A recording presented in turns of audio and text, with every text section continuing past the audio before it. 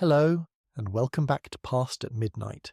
Tonight we are stepping into the smoky, crowded, endlessly fascinating life of the Viking warrior. Now, before we set sail on this journey, I'll ask you for the only raid of the night that involves no risk of an axe or arrow. Please, if you enjoy these long, late-night explorations, take a moment to like this video, subscribe, and leave a comment below. Do you think you'd last even a single day as a Viking warrior? Tonight, we'll find out together. Close your eyes. It is dawn in a Viking longhouse. The first light seeps in thin and pale through the cracks in the wooden walls, just enough to turn the smoke above the fire into a shifting, ghostly haze. The fire itself has burned low during the night, leaving only glowing embers, but still the room is thick with the smell of wood smoke, damp wool and dried fish.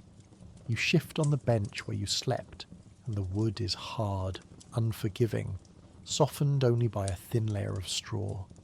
A woolen blanket covers you, scratchy against your skin, heavy but never quite warm enough. The cold presses in at the edges, creeping into your bones. You hear the sounds of waking around you. A man coughs harshly in the smoke-filled air, his voice cracking. A child stirs, whining softly, then is hushed by a mother's murmur. A dog shakes itself near the fire, the faint jingle of its collar sounding like a bell.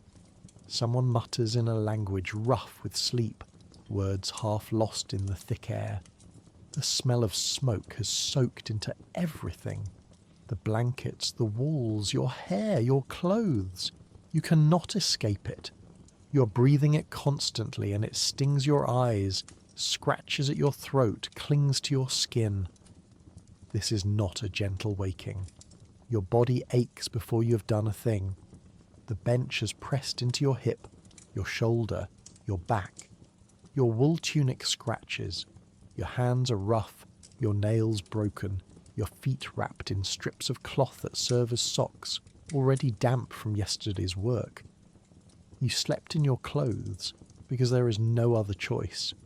Night in the north is cold, and removing them would be foolish. So you rise as you are, already dressed for the day but not yet ready for its weight. The longhouse itself is a world contained in timber and smoke.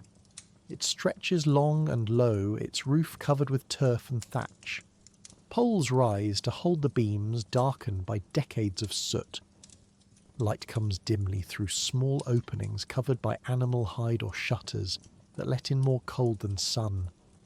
The air is heavy, thick with the mingled smells of animals, food and people who live too close together with little chance for cleanliness.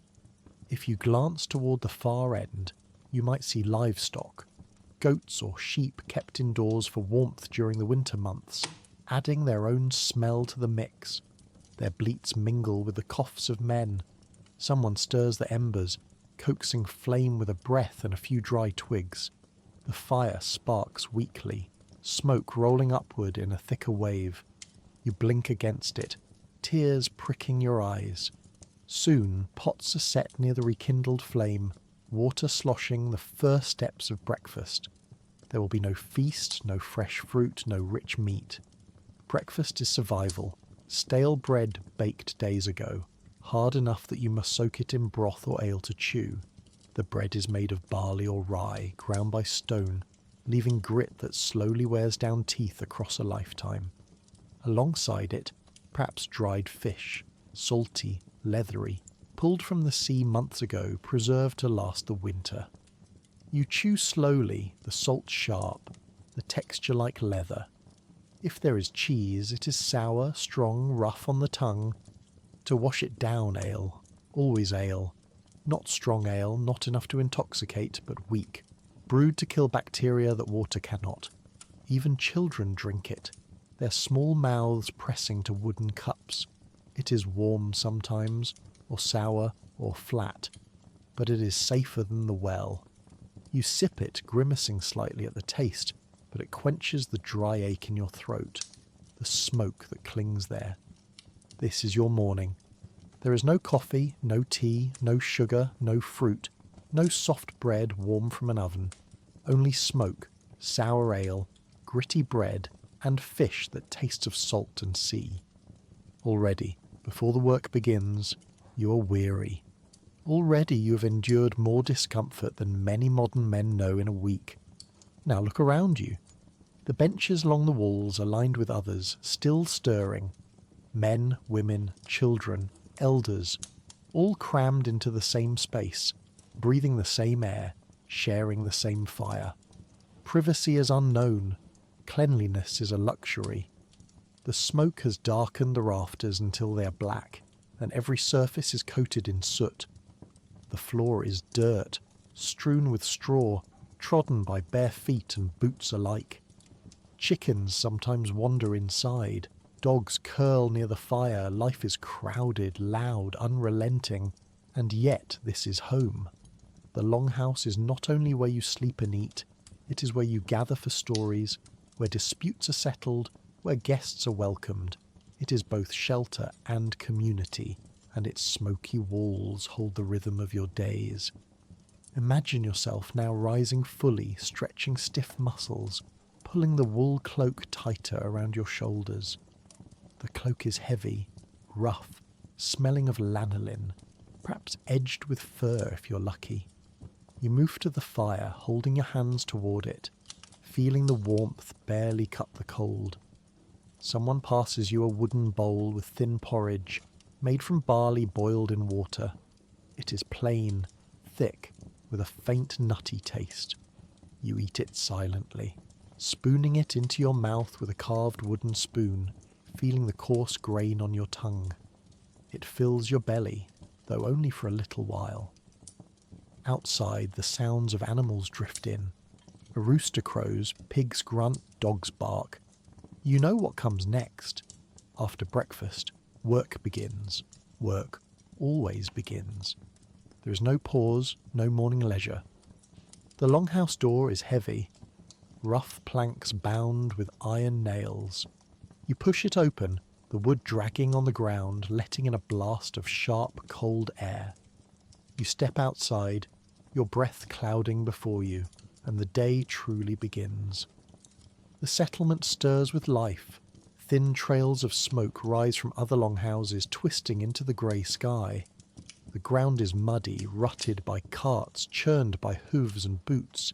Chickens scatter at your feet, clucking. Goats bleat from their pens. The sound of an axe rings out as someone splits wood, the crack of timber sharp in the air. Children run barefoot, shrieking in the cold, their feet red and raw but accustomed. Everywhere, people are working already. A woman carries water in a bucket, her shoulders stooped. A man leads a cow to pasture.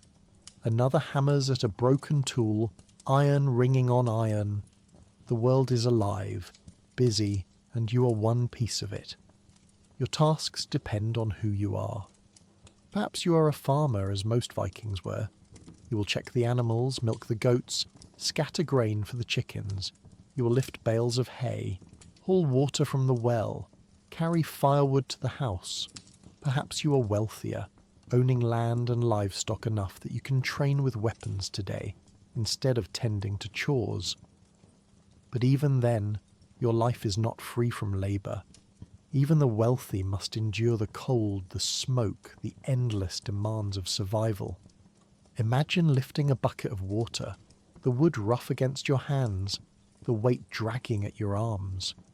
Imagine chopping wood, the axe biting into the log, the shock running up your arms, the rhythm steady but exhausting.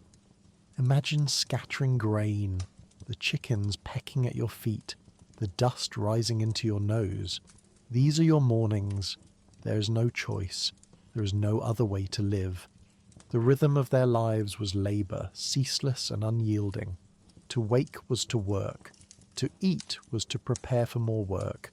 To rest was only to gather strength for tomorrow, and all of it under the weight of smoke, cold, hunger, and the knowledge that each day could be your last, whether by illness, accident, or the sudden call of a raid. Step outside fully now, into the biting morning air. The sky is grey, the light still weak, and a thin frost clings to the grass. You pull your cloak tighter, but still the cold seeps in. What you wear is your armour against this climate, and yet it is never quite enough. Your tunic is wool, scratchy against the skin, dyed with plants into muted shades, browns, greys, dull reds, faded blues. Beneath it, perhaps a linen shirt if your household has the means to weave such finery. Around your legs, trousers of wool, loose but heavy, bound at the ankle with strips of cloth. Your feet are wrapped in woolen bands or simple knitted socks, then shoved into leather shoes, soft-soled, tied with thongs. They keep out some of the damp, but not all. Soon enough they will grow wet, the cold settling into your toes. Over it all a cloak of wool fastened with a brooch, heavy and coarse. If you're fortunate, the cloak is lined with fur, fox, sheep, or even bear. It helps, but still the wind cuts through. This is not clothing for fashion. It is clothing for survival. The wool itches, the seams rub, the leather stiffens in the cold. Each piece smells faintly of smoke, because everything you own does. Some items are patched, repaired again and again. The tunic might last years, worn until it can hold together no longer. Boots are mended with scraps of leather, holes stitched clumsily, never quite waterproof. You wear what you have, not what you wish. And when it comes to hygiene, the picture is not much brighter. The rivers and wells provide water, yes, but washing is not daily. Perhaps once a week you bathe, in a stream or with water heated in a tub. Soap is made from animal fat and ash, rough on the skin, leaving it dry, cracking. Your hair is combed with bone combs, your beard trimmed with small knives, but still lice are common, fleas unavoidable. You scratch at your scalp, knowing the tiny creatures are there. You shrug because everyone has them. The smoke from the longhouse clings to you, disguising some of the odour of sweat and dirt. But the truth is plain. Cleanliness, as we imagine it, does not exist here. People smell of labour, of animals, of earth. Their hands are always dirty, their nails blackened, their clothes stained, and no one minds. To live is to bear it. Your chores stretch before you. They're endless, repetitive, and heavy. Haul water, chop wood, feed animals, gather eggs, milk goats, spread manure in the fields, mend fences, repair tools. Each task is simple in itself, but together they consume every hour. You bend, lift, carry, swing. Your back aches, your arms tire, your hands blister. You do not complain because no one listens. Complaints do not lighten the work, and there is always more. Nets must be mended, their cords frayed by sea and time. You sit on a stool, threading cord through holes, fingers numb in the cold. The net smells of fish and salt, the odour seeping into your skin. Your eyes ache from squinting at the fine cords, but you cannot stop. If the net fails, there is no fish, and without fish, there is no food. Tools must be sharpened. You take a whetstone, rough and grey, and drag it against the edge of an axe or a knife. The sound is harsh, scraping. Sparks sometimes leap bright against the dull morning. You sharpen slowly, carefully, because iron is precious. A broken blade is not easily replaced. The whetstone leaves dust on your fingers, gritty and sharp. Clothing must be repaired too. You sit by the fire later, a needle of bone in your hand, thread made from flax or wool, patching holes in trousers, sewing up seams in tunics. The fabric is stiff, worn, and each stitch is a small fight. The work is endless because everything wears down. Shoes, cloaks, belts, straps. Nothing is disposable. Everything must be mended again and again. And if you are a woman in this world, the burden is heavier still. In addition to farm work, you spin wool on spindles, weave it on looms, turn it into cloth for the family. You grind grain into flour, a task that takes hours. Your arms sore from turning the heavy quernstone. You bake bread in clay ovens, tend fires, stir stews. You care for children, clean wounds, manage stores of food. Your keys hang at your belt, literal keys to the household, a sign of your authority. But the weight of responsibility is crushing. If you fail, the family starves. Children work too. Small hands gather firewood, herd animals, fetch water. Childhood as we know it, years of play and school, does not exist. A child of 5 may carry water. A child of 10 may help in the fields. Play is found in moments snatched, games of bones or stones, but duty always returns. To grow is to labour. And still the day presses on. The sun rises higher, though weak in the northern sky. The air does not warm much. The wind carries the smell of earth, manure and smoke. You pause sometimes to straighten your back, to breathe deeply, to wipe sweat from your brow. But you cannot linger. Work waits. Consider your diet again. Breakfast is gone, its meagre calories already burned. You feel hunger gnawing again, and yet lunch will be no feast. More bread, perhaps some fish, perhaps a scrap of cheese. If the household is lucky, a piece of meat, but such luck is rare. Hunger is constant, a dull ache that never quite leaves. You grow used to it. Your stomach shrinks. Your body learns to endure. And still, when food comes, you eat quickly, greedily, knowing it may not be enough. Imagine the rhythm of your day now. Rise, smoke, bread, ale, work, hunger, bread again, work again, smoke again. The hours blur into one another, marked only by the movement of the sun, by the ache of your body. The rhythm of their lives was monotony, and yet it was survival. And amid this monotony, danger always lurks. A cut from an axe may fester, swelling, reddening, killing. A fall from a roof may break a bone that never heals. A cow may kick, a horse may bite, a goat may gore. Life is fragile. Death waits in every chore, every stumble, every accident. There are no hospitals, no antibiotics, no safety nets. A small wound today may be your death tomorrow. Still you work, because to stop is to starve. To stop is to freeze. To stop is to let the wolves close in, literal and figurative. Your survival depends on motion, on labour, on never-ending toil. You bend, lift, carry, sweat, shiver. The world does not care. The gods do not intervene. Only your hands keep you alive. And as you pause for a moment standing in the field, the wind biting at your face, you realise that you have not yet fought a battle, not yet sailed a ship, not yet raided a monastery.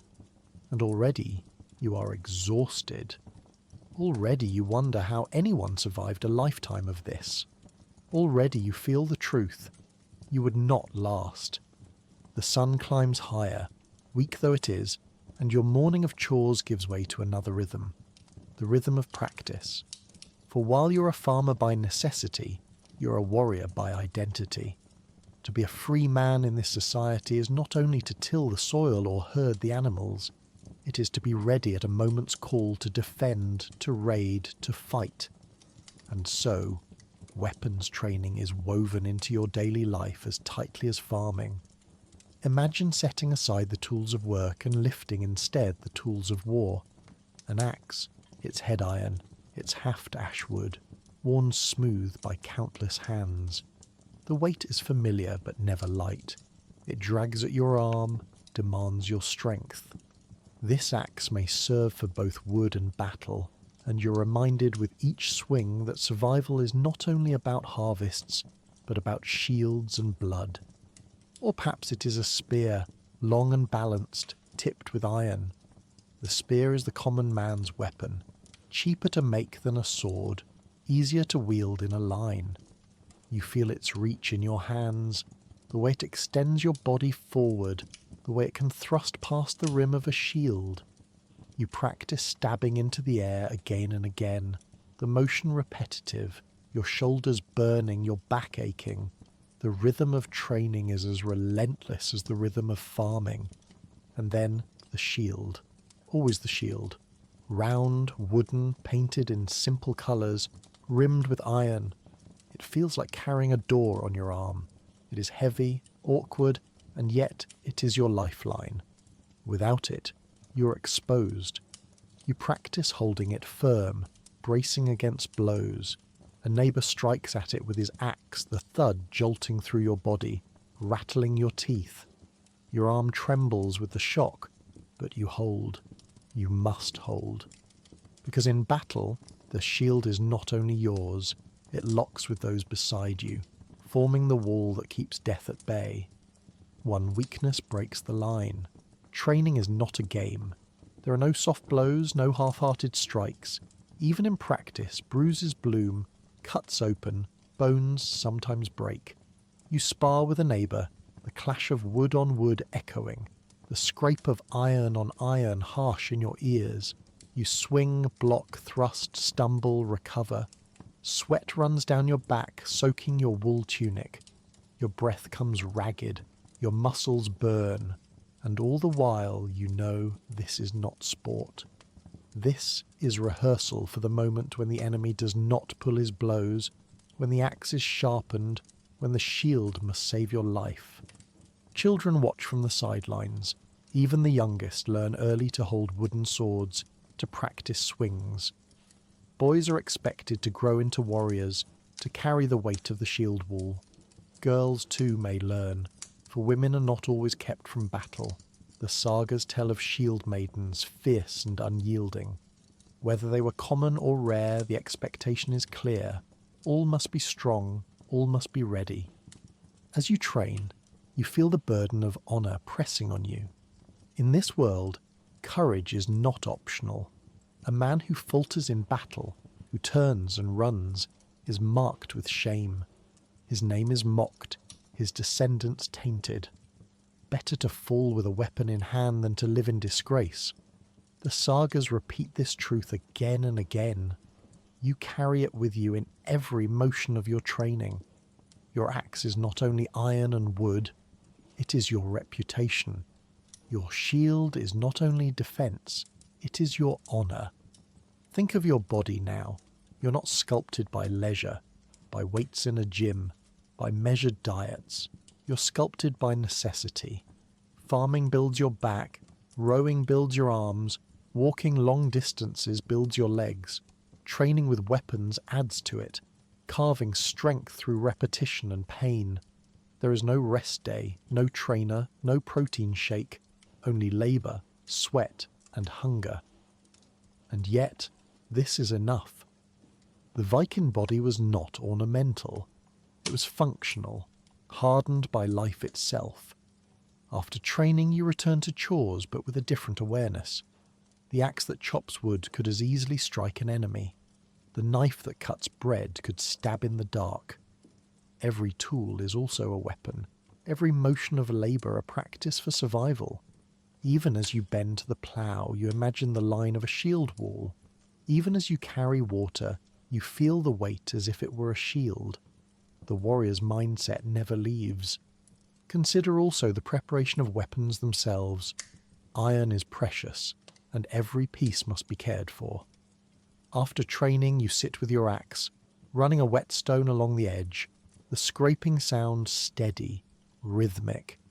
Sparks sometimes leap, small flashes of light in the dimness. You oil the blade with animal fat, rub it with cloth, keep the rust at bay. Your spearhead too must be tended, the point kept sharp, the shaft smoothed, cracks repaired. The shield must be checked, its wooden boards tightened, its iron boss polished. A weak weapon is death. And then there is the sword. If you are wealthy or lucky or rewarded by a chieftain, you may own one. The sword is not common, not for every man. It is a symbol of status, a mark of wealth. To hold a sword is to feel pride, to feel yourself lifted above the ordinary.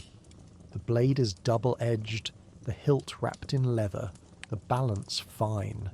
You swing it, and it sings in the air. But it is heavy too, and after an hour of practice your arm aches, your grip weakens. Still, you press on. Because to carry a sword is not only to wield it, it is to embody it. Weapons training is not only physical, it is also mental. You sit by the fire at night, listening to stories of battles past, of heroes who fought and died bravely. The sagas are not entertainment alone. They are lessons, reminders of what is expected. You hear of men who held the shield wall until the end, who struck down many foes, who were remembered with honour.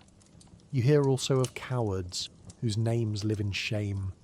Each tale is a mirror, showing you the path you must walk. And so, even in the quiet of home, the warrior's life presses in. You do not escape it. You cannot. To be Viking is to be ready always, to carry the weight of axe and shield in your body and your mind. Farming may fill your days, but battle fills your identity. Without it, you are nothing. As evening approaches, you feel the exhaustion settle in. Your arms ache from training, your back from labour. Your hands are rough, blistered, cut. Your stomach growls with hunger, and yet the day is not done. Evening brings its own rhythm. The meal, the stories, the planning for tomorrow. You return to the longhouse once more, stepping into the thick smoke, the warmth of the fire, the chatter of voices. Stew simmers in the pot, thin broth with roots, onions, barley. You tear bread with your hands, dip it into the broth, chew slowly. The flavour is plain, but it fills you. You drink ale again, the taste sour, the warmth spreading faintly through your chest. Around you children laugh. Dogs curl near the fire, men and women speak in low voices. A skald may rise telling a saga, his voice steady, rhythmic, hypnotic. You listen, weary but attentive, letting the words carry you into a world of gods and heroes. And then, at last, you lie down once more on your bench, the wool scratchy, the wood hard. Your body aches, your stomach is only half full, your lungs are heavy with smoke. Tomorrow will come again, with bread, ale, chores, weapons, training. The rhythm will repeat, and in that repetition you survive. But ask yourself, could you survive it? Could you endure the endless labour, the smoke, the hunger, the pain, the training, the constant awareness of death? Already, after one day, you feel the answer pressing in. Already you know you would not last. The sun sinks lower in the sky, casting long shadows across the settlement. The air grows colder, sharper, and the work of the day slows. The animals are herded back, gates closed, tools set aside. Smoke rises from every longhouse, a grey veil drifting over the clustered roofs. The smell of wood and earth thickens, mingling with the faint scent of stewing food. Evening has come. You step back into the longhouse, ducking through the heavy wooden door. The sudden warmth hits you, though it is not the clean warmth of a hearth in a modern home. It is the smoky, stinging heat of a central fire burning with little ventilation. Your eyes water almost instantly, your lungs catching as you breathe it in. Yet compared to the bitter wind outside, it is comfort. You close the door behind you and sit on the bench, your body aching with the familiar weariness of another day survived. Around the fire the household gathers. Cloaks are pulled tighter, boots are tugged off, tired bodies slump against the walls. Children chatter, their voices high and bright, their small hands reaching eagerly toward the warmth. Dogs curl close to the fire, tails tucked, noses buried in fur. A man pokes at the flames, stirring the pot suspended above it. The stew bubbles faintly, filling the air with a thin smell of roots, barley, perhaps onions or leeks. If you're fortunate, there is a scrap of meat, a sliver of fat floating on the surface. Hunger sharpens the smell, making it seem richer than it is. The meal is served in wooden bowls, ladled out carefully to ensure every member of the household receives something. The portions are modest. You take your share, a bowl warm in your hands, the steam curling upward. The stew is thin, the broth watery, but it fills your stomach. You tear a piece of bread, hard and dense, dipping it into the liquid, softening it before chewing. The taste is plain, earthy, slightly sour. Yet as it slides down, it soothes the gnawing in your belly. You drink again from a wooden cup, the ale flat but familiar. It washes down the bread, dulling the edges of hunger. Around you, the sound of eating fills the room. Slurps, gulps, the crack of crusts breaking, the clink of bowls. For a while, there is little conversation. The day's work has drained everyone. Eating is not a ritual of leisure, but of replenishment. Each bite is fuel for tomorrow. When the bowls are empty, when the fire is built up, when the first edge of exhaustion lifts, voices rise again. The longhouse shifts from silence to murmur, from murmurs to stories. A skald, perhaps a guest or a member of the household, rises to speak. His voice is steady, practiced, carrying easily through the smoky air. The children hush, the adults lean in, the sagas begin. Imagine listening as the firelight flickers, shadows dancing on the soot-blackened rafters. The skald tells of heroes long dead, of Sigurd who slew the dragon, of Ragnar who defied kings, of warriors who held shield walls until the last man fell. His words paint pictures more vivid than the fire itself. Dragons coiled in caves, giants striding through the snow, gods walking unseen among men. You listen, your body weary but your mind alight, carried into a world both familiar and distant. These stories are not mere entertainment, they're instruction. They remind you of courage, of honour, of what it means to be remembered. The rhythm of his voice lulls you, hypnotic, weaving the past into the present. Children's eyes grow wide, reflecting the flames. Men nod, their jaws tight, seeing themselves in the heroes. Women listen, weighing the lessons in silence. The longhouse becomes a hall of memory, a place where words are as important as bread, where stories feed the soul as stew feeds the body. Between stories, voices rise in conversation. Men speak of the day's work, of the condition of fields and animals. Women discuss supplies, weaving, children. Plans for tomorrow are murmured. There is laughter too, dry and brief, over small jokes, over memories, over shared hardships. The ale loosens tongues, though not too much. Even in relaxation, restraint holds.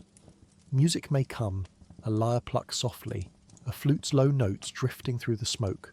Songs echo, simple, repetitive, sung by many voices together. The sound fills the hall, a rising tide of humanity against the darkness outside. You join in, your voice blending with the others, your chest vibrating with the shared rhythm. For a moment, the weariness lifts, and you feel yourself part of something larger. But as the night deepens, silence returns. One by one, people lie down on benches, pulling cloaks over themselves, curling against the cold. Children nestle against parents, dogs pressed against their sides. The fire burns lower, embers glowing faintly. The smoke thickens once more, filling the longhouse, settling into lungs and clothes. You lie back, your head on your arm, your cloak scratching against your cheek. The sounds fade, the crackle of fire, the faint breathing of sleepers, the occasional cough or shift of a body. Outside, the night wind howls, rattling the roof, pressing against the walls, but within, you're cocooned in smoke and warmth, in the rhythm of your people. And yet even here, rest is not complete. Your sleep is light, broken by coughs, by the cold seeping in, by the hardness of the bench beneath you. You wake often, shifting, pulling the cloak tighter. Dreams come fitfully, filled with fragments of sagas, of gods, of battles not yet fought. Still, when morning comes again, you will rise. You will wake to smoke, to bread, to ale, to chores, to training, to the endless rhythm of survival. You will live one more day in a world that asks more of you than you think you can give. And this is only the daily life, the ordinary existence. The battles, the raids, the voyages across the sea, those are still to come. If the grind of one day already leaves you weary, imagine what lies ahead. Imagine the shield wall, the storm at sea, the foreign shore. Already you feel the weight. Already you know the truth. You would not last. The day comes when you're called from the farm, from the fields, from the smoky longhouse to the shore. A raid has been planned, or a voyage of trade, or perhaps both. For in the Viking world the line between the two is often blurred. You walk toward the sea, cloak pulled tight against the wind, boots sucking at the mud of the path. And there, rising against the grey water, you see them, the long ships. The sight is at once awe-inspiring and intimidating. Long, narrow, sleek, their hulls built of overlapping planks, caulked with tar, sealed with wool and animal hair. Their prows curve upward, carved into dragons, serpents, beasts meant to frighten enemies and ward off spirits. The ships rest on the sand like living creatures, waiting. Their oars jut out like the ribs of a great beast, their sails furled but ready, thick wool dyed with stripes of red or white. They are not ships of comfort, they are ships of endurance. You join the others gathering on the shore. Warriors, farmers, traders, all blend together here, for all must row, all must fight. Each man carries his weapons, his shield slung on his back, his axe at his belt, his spear in his hand. Some wear helmets of iron, conical, with nose guards. A few, the wealthiest, wear mail shirts, their iron rings glinting faintly in the sun. Most wear only their wool tunics, their cloaks. They carry no armour but the shield in their hand. The chieftain calls, his voice carrying over the sound of waves. Orders are given, the ship is loaded. Chests of provisions are carried aboard. Bread, cheese, dried fish, ale in barrels, water in skins, spare ropes, extra sails, tools for repair. Every item is precious, for the sea takes more than it gives. You lift a barrel, your arms straining, your back bending, and carry it up the planks. The wood creaks beneath your boots. Already you feel the ship's weight shift under you, and then it is time. You find your place on the bench, one of many lining the sides of the ship. The oar lies before you, long and heavy, polished smooth by years of hands. You grip it, feeling its heft, its demand. At the chieftain's call, the oars dip into the water. The ship lurches forward, cutting through the waves, and the voyage begins. Rowing is no small task. The oar drags in the water, each pull straining your shoulders, your arms, your back. You must match the rhythm of the men around you, pulling in unison, the sound of wood striking water echoing like a drum beat. Fall behind and you disrupt the flow. Row too fast and you waste your strength. The ship demands harmony, discipline, endurance, and so you row, again and again, each stroke a test of will. Hours pass, your hands blister, the wood-rubbing skin raw until it breaks. Salt water seeps into the wound, stinging. Your muscles burn, your lungs ache, sweat runs down your back, and still you row. There is no pause, no mercy. The sea stretches endlessly before you, and the only way across is your own strength. When the sail is raised, relief comes, but it is not comfort. The woolen sail is heavy, creaking as it catches the wind. The ship surges forward, tilting, spray leaping up into your face. The wind is cold, sharp, relentless. It numbs your fingers, chills your bones. The deck is slick with seawater, your boots slipping as you move. The ship rises and falls with each wave, the motion unending, unyielding. You feel your stomach lurch, your head spin. Seasickness is common, unavoidable. You lean over the side, heaving, your body racked with weakness, while still the ship drives forward. Food is sparse, hard bread, dried fish, perhaps some dried meat. You chew it slowly, the salt thick on your tongue, the bread dense and dry. You drink ale from a cup, sour and flat, sloshing with each tilt of the ship. Water is rationed, saved for necessity. Hunger gnaws constantly, thirst lingers. Your body's already exhausted from rowing, from the cold, from the sickness, and still the voyage stretches on. Sleep is no better. There are no bunks, no cabins, no comfort. You curl on the deck, cloak pulled tight, the wood hard beneath you. The ship rocks, water splashing across you, soaking into your clothes. The cold seeps in, bone deep, unrelenting. You shiver through the night, teeth chattering, your body never finding rest. Dawn comes grey, and you rise again, stiff, wet, weary, ready to row once more. Storms are worse. Imagine waves taller than houses crashing against the hull, threatening to snap it in half. The ship rises, then plunges, water pouring over the sides. Men bail with buckets, their faces pale, their voices hoarse with shouting. The wind howls, the sail strains, ropes creak and groan. You cling to your bench, your hands white-knuckled, your heart pounding. The ship shudders with each wave, the wood groaning as if alive. In that moment you realize how small you are, how fragile. The sea is stronger than any warrior, stronger than any axe. Survival is not guaranteed. And yet sometimes the sea is calm, the water smooth, the sky clear, the sail full of steady wind. In those moments you rest. You mend ropes, repair oars, patch sails. You speak with your companions, telling stories, sharing laughter. You sharpen weapons, run whetstones over blades, polish shields. You plan for what lies ahead, the raid, the trade, the unknown shore. Even in calm, you're never idle. The ship demands constant care, constant vigilance. Days pass. The horizon shifts slowly, a faint line of land appearing in the distance. Your heart quickens, relief and tension mingling. The voyage has brought you here, to a foreign shore. What awaits is uncertain.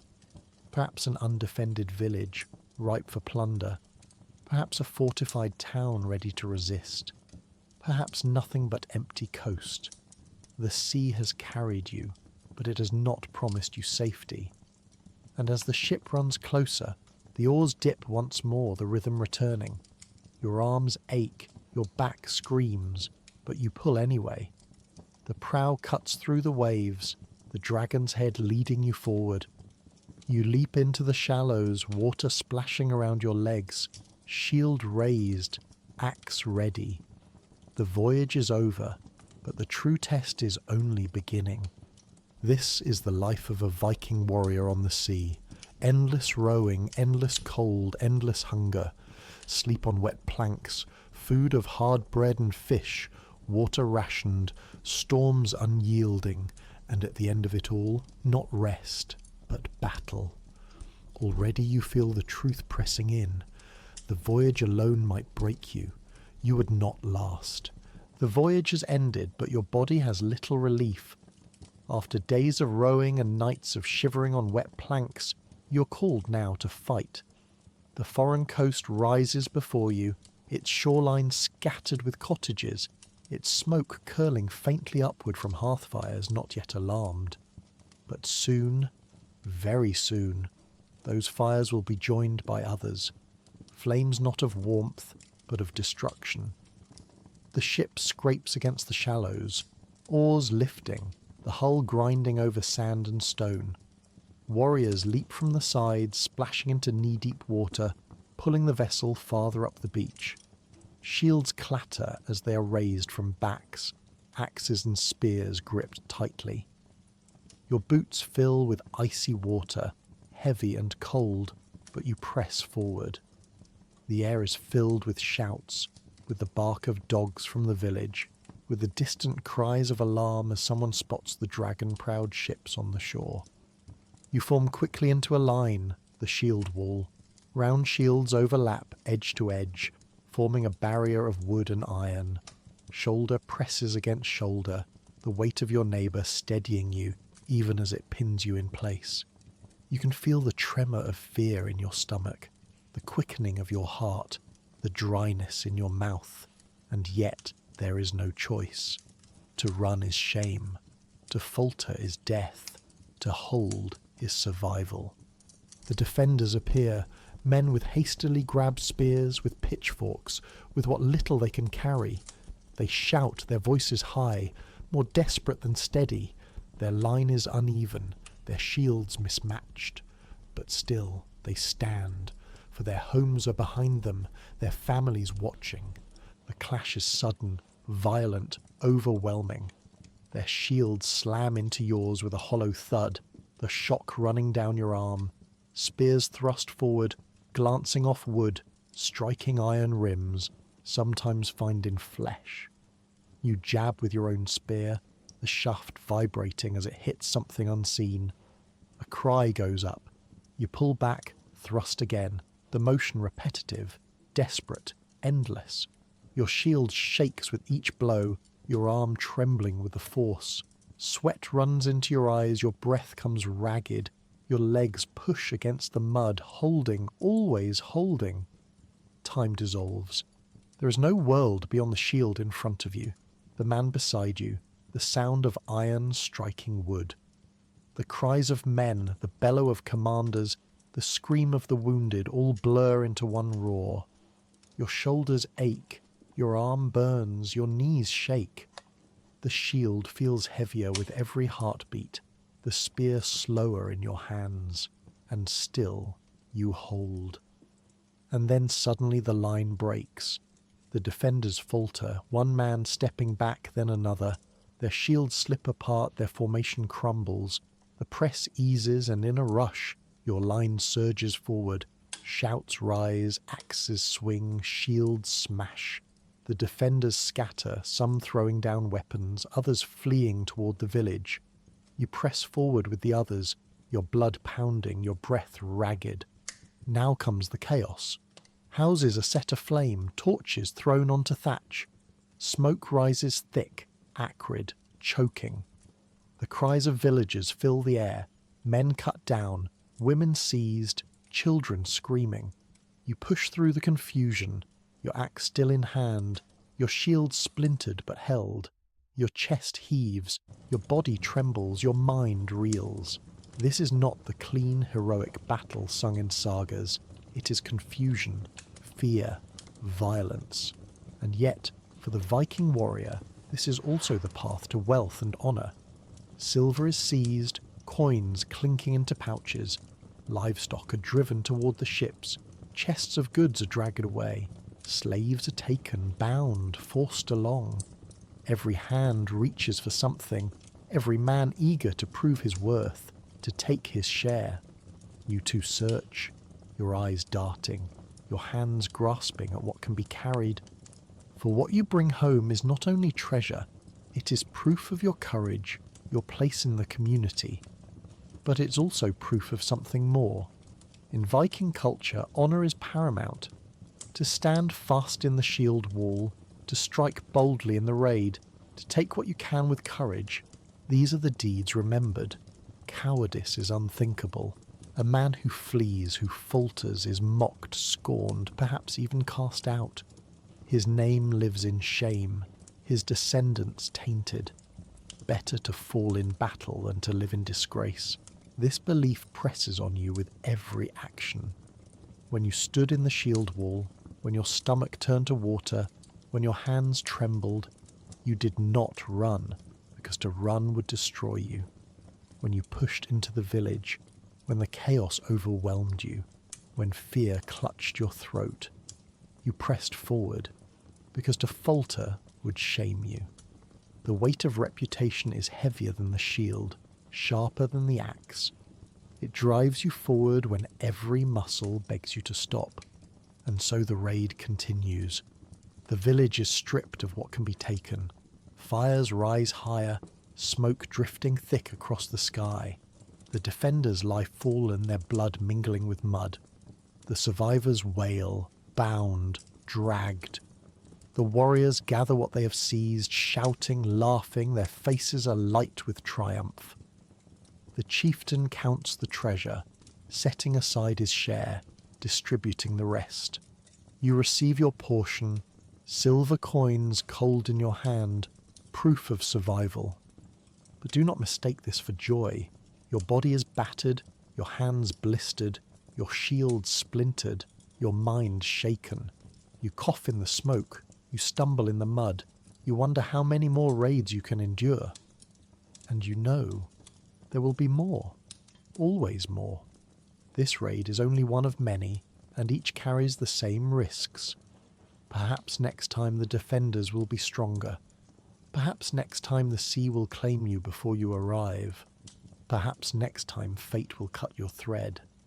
You return to the ships, carrying the treasure, driving the livestock, pushing the captives. The hull creaks as it is loaded once more. You push the ship into the water, climb aboard, grip the oar again. The journey home begins, but already you're thinking of the next raid, the next shield wall, the next test of courage. This is the life of the warrior. Endless cycles of rowing, raiding, dividing spoils, enduring fear. Honour is demanded, wealth is fleeting, survival is never guaranteed. And yet the sagas will speak of you, perhaps. They will say you stood bravely, that you seized treasure, that you fought with courage. They will not speak of the smoke in your lungs, the blister on your hand, the ache in your back, the terror in your stomach. They will not speak of the hunger, the cold, the exhaustion. They will not speak of how close you came to faltering. They will tell only of courage. And in this, perhaps, is the cruelest truth. The life of the warrior is not the life sung in stories. It is harsher, harder, filled with moments you would not survive. Imagine yourself there, shield arm trembling, lungs burning, smoke stinging your eyes. Imagine standing shoulder to shoulder with men who demand courage, who will not forgive hesitation. Imagine pushing into the village, hearing the cries, feeling the chaos. Imagine rowing again after it all, your body spent, your mind numb. And then ask yourself honestly, would you last even a day? The answer presses in, clear, undeniable. You would not. The smoke clears slowly. The cries fade into silence. The raid is over, but its echoes linger in your body and mind. You stand on the beach beside the longship, your hands trembling, your breath still uneven. Your shield is cracked, its wood splintered from blows.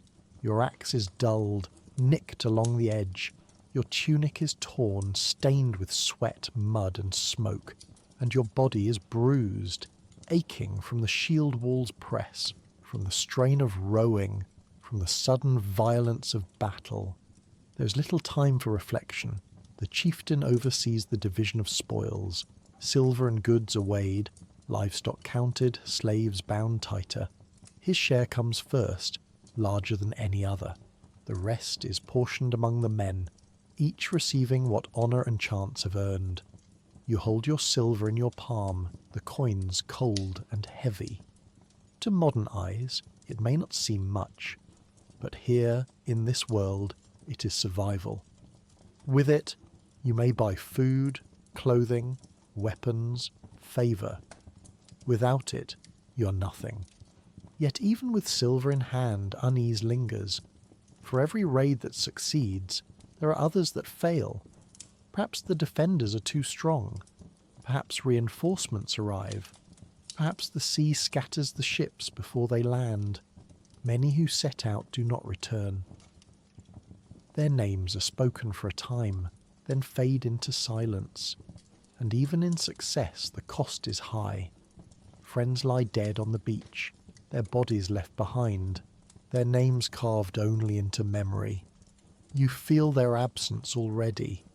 The wounds of battle are not always fatal in the moment, but in this world even small wounds can kill. A cut from an enemy's blade may fester, swelling red, pus seeping, fever rising. Without medicine, without clean water, without antibiotics, infection is almost inevitable. A splinter driven deep by a shield's impact may rot. A broken bone may never heal properly, leaving a man limping for the rest of his life. Imagine carrying such injuries in a world where labour never ceases. To be maimed is to be diminished, to be cast down from the ranks of warriors into the life of dependence, of weakness. And weakness is scorned. Think of your body now. Bruises bloom dark across your arms and ribs. Your shield arm trembles when you lift it, muscles strained nearly to tearing. Your palms are blistered, the skin raw from the oar, from the haft of your axe. Your knees ache from standing locked in the shield wall. Your ears ring from the shouts. Your eyes still sting from smoke. You ache not only in flesh, but in spirit. And yet there is no rest. Tomorrow you may be called again. Tomorrow the oar must be lifted once more, the shield strapped back on. Between raids there is waiting. Long stretches of waiting. You camp along a foreign riverbank or in a rough fort or on the ship itself. You eat the same bread and fish, drink the same ale, mend the same weapons. You sit by the fire at night, staring into the flames, your mind heavy with the images of battle, with the cries of the fallen. Boredom and memory weigh equally. Hours pass slowly, yet sleeplessness lingers. You lie awake, cloak pulled around you, listening to the creak of the ship or the rustle of men around you, wondering when the next fight will come. This boredom is its own kind of torture. In the sagas, life is constant action, a rhythm of raids and glory, but reality is quieter, more tedious. Days of rowing without sight of land, days of guarding livestock stolen in raids, days of waiting for a signal, for an opportunity, for the right wind. You sharpen your axe again and again, not because it is dull, but because there is nothing else to do. You repair your shield, patch your tunic, polish your helmet. You speak in low voices with companions, telling the same stories over and over, laughter coming thin, forced. And in the silence, fear creeps in. What if the next battle is your last? What if the Norns have already cut your thread? What if your name is forgotten, your silver taken by others, your body left in a field? You feel the weight of these thoughts pressing on you. Some men laugh them off, drink more, sing louder.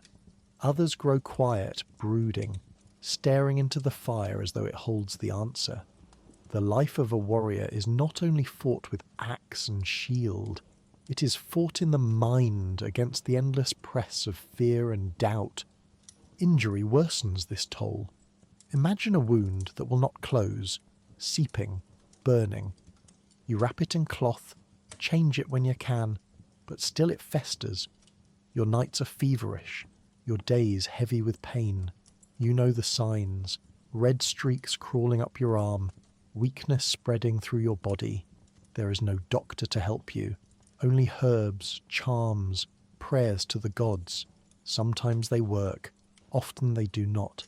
Death comes slowly, miserably, from something as small as a cut. And you think, bitterly, that perhaps it would have been better to fall swiftly in battle, remembered in song, than to fade in sickness, forgotten.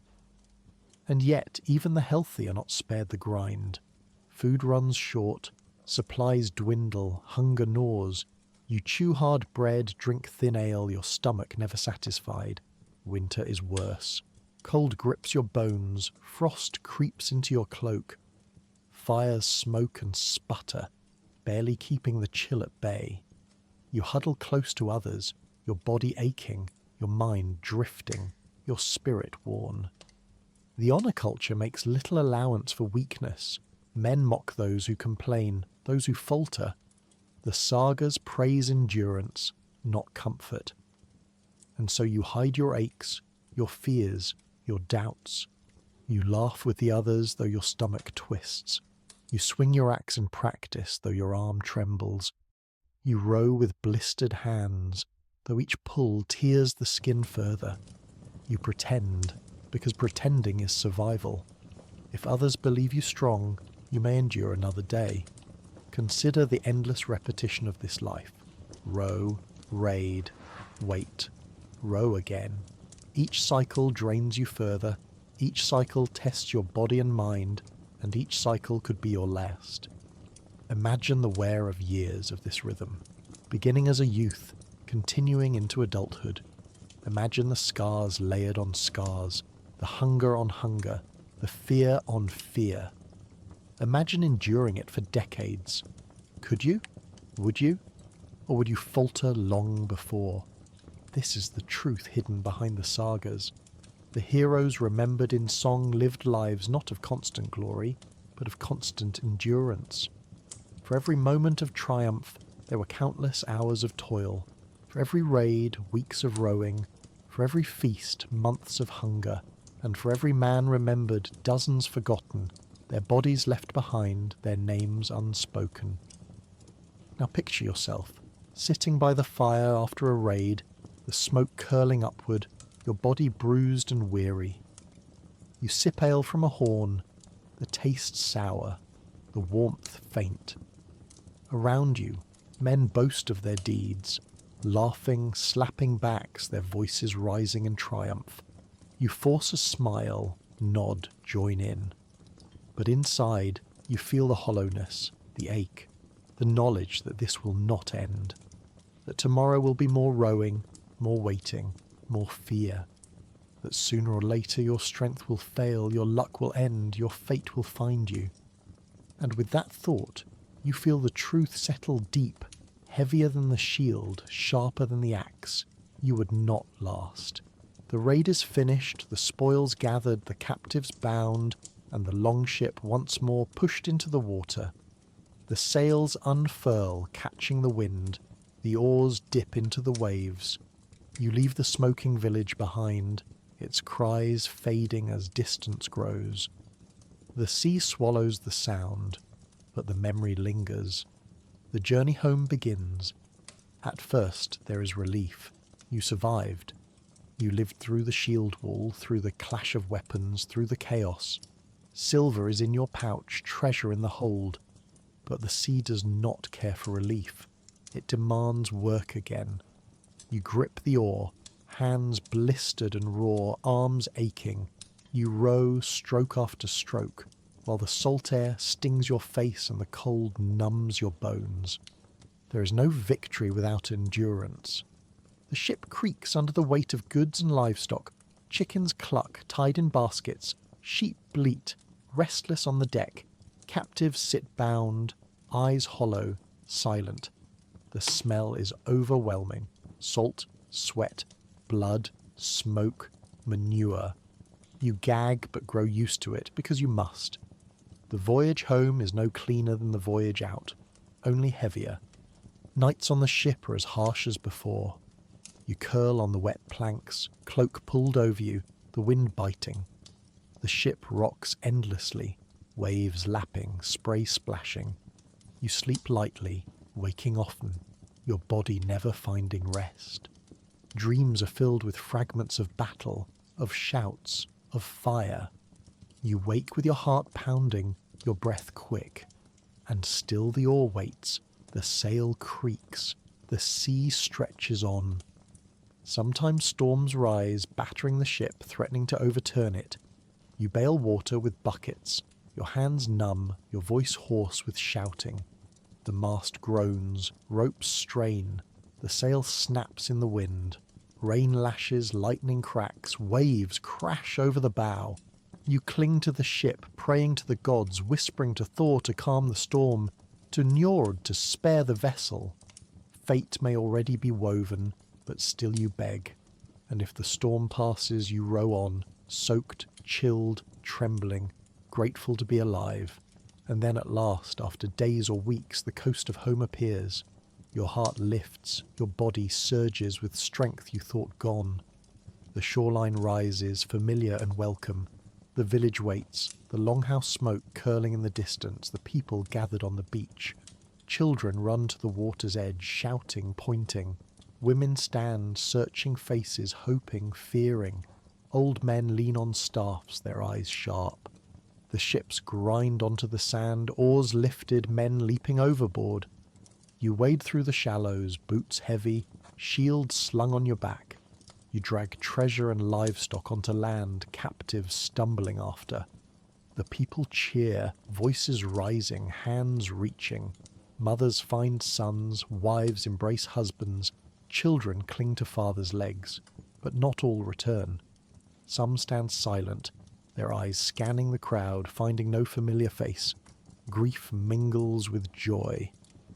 For every man who steps onto the beach, another lies dead on foreign soil, unburied, unnamed.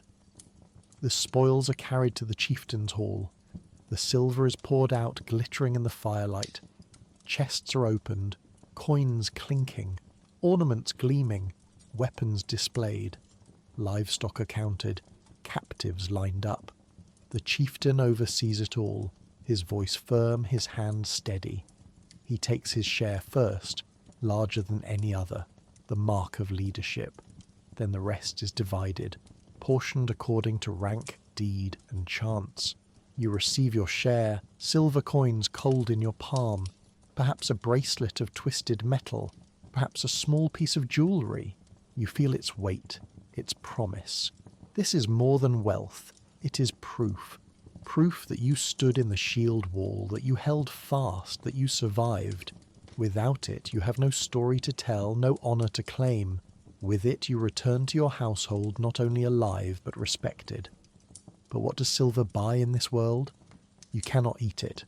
You cannot wear it. You cannot drink it. It is only useful if exchanged for what you truly need, and so you spend it on food, on cloth, on tools, on repairs.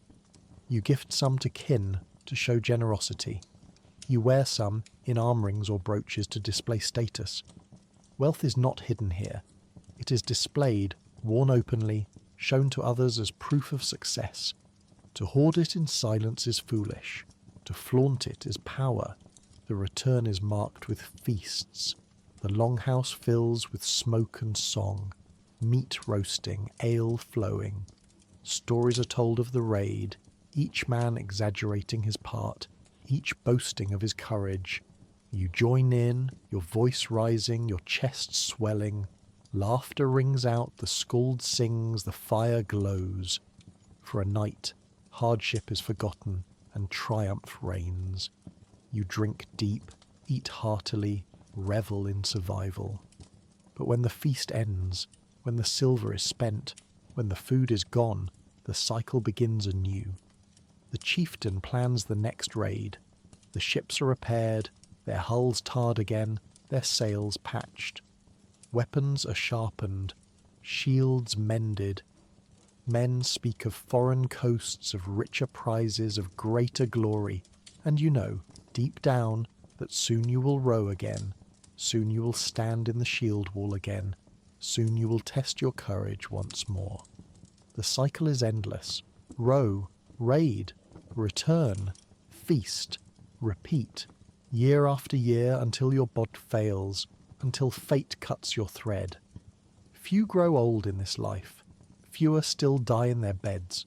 Most fall at sea, or in battle, or from wounds that never heal.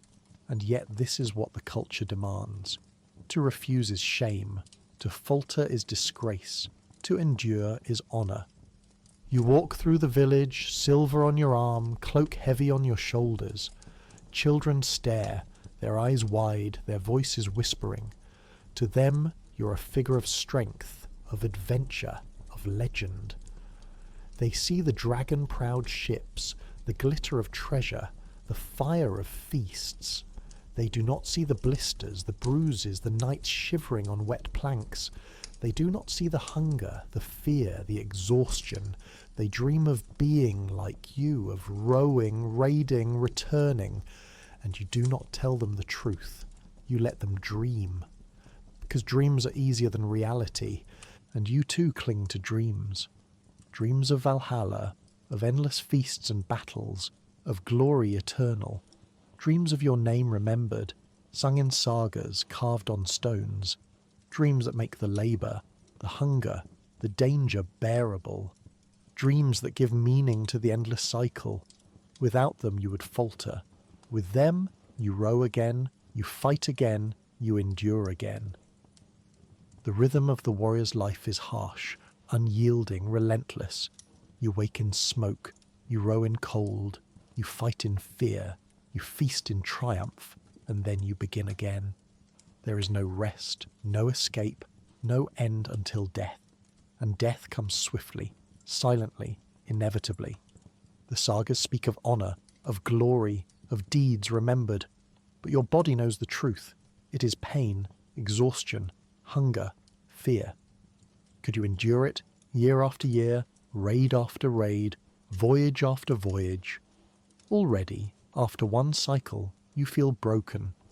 Already you know, you would not last. The fire burns low in the longhouse, its embers glowing like small suns in the smoke. The day's labour is done, the raid remembered in boasts, the silver clinking in pouches. But now, as night deepens, minds turn to something older, something larger, the world of the gods. For a Viking warrior does not live by axe and shield alone. His world is bound by belief, by myth, by unseen powers that shape every breath. Imagine sitting on the bench, cloak pulled around you, your body weary but your ears sharp. A skald, the poet of the hall, begins to speak. His voice is steady, carrying through the smoke, weaving stories as easily as a loom weaves threads. He tells of Odin, the All-Father, one-eyed and wise, who gave an eye at Mimir's well to gain knowledge, who hung himself on the world tree Yggdrasil for 9 days and 9 nights, pierced by his own spear to win the secrets of the runes. He tells of Thor, red-bearded, his hammer Mjolnir flashing lightning, striking down giants, protecting both gods and men from chaos. He tells of Loki, cunning and sly, shifting shape and stirring trouble, friend and enemy alike, the trickster who cannot be trusted yet cannot be ignored. The hall listens in silence, for these are not idle tales. These are the truths that frame the world. The thunder you hear in the distance is Thor riding in his chariot, goats pulling it across the sky. The wind that howls against the longhouse is Odin's breath, or perhaps the voice of unseen spirits. The misfortune that strikes, a broken plough, a spoiled harvest, a sudden sickness. Maybe Loki's mischief. The world is alive with gods and spirits, every shadow filled with meaning, every sound carrying a message, and over all of it looms fate. The Norns, 3 women who sit at the roots of Yggdrasil, weaving the threads of every life. They spin, measure and cut, deciding each birth, each deed, each death. Even the gods cannot escape them. Odin himself will fall at Ragnarök, swallowed by the wolf Fenrir. Thor will strike down the world's serpent Jörmungandr, only to take 9 steps and collapse, poisoned. The end is written not only for men but for gods. Imagine growing up in a world where this is not a story but a certainty, that all will fall, that even the divine cannot escape doom. Yet this is not despair, it is urgency. If life is short, live it fiercely. If even gods die, then let men die bravely. If fate is woven already, then meet it with courage, not fear. This belief steadies the warrior's hand, keeps his feet in the shield wall. Why tremble if the moment of death is already chosen? Why hesitate if hesitation cannot change destiny? The Norns have cut the cloth, and you must wear it. Religion is not confined to stories told at night. It is woven into daily life. Before a voyage, a sacrifice is made. Perhaps a goat, its blood spilled to honour Njord, god of the sea, to beg safe passage. Before a raid, men raise their horns, pouring ale onto the earth, calling on Odin for victory. Before planting, farmers sprinkle ale or milk into the soil, offering to Freya, god of fertility, to bless the crops. Small rituals, constant and quiet, are as much a part of survival as ploughing or rowing. Imagine standing at a blot, a sacrificial feast. The air is heavy with smoke and the smell of roasting meat. Animals are killed, their blood collected, sprinkled on carved idols, on stones, on the people themselves.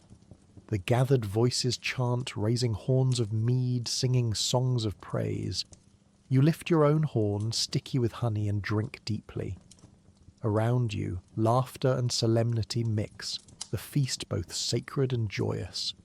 These moments bind the community, reminding each person that they are not alone, that the gods walk beside them, that their struggles have purpose. Amulets are worn as protection. The hammer of Thor, Mjolnir, hangs from many necks, carved in iron or silver, a ward against chaos.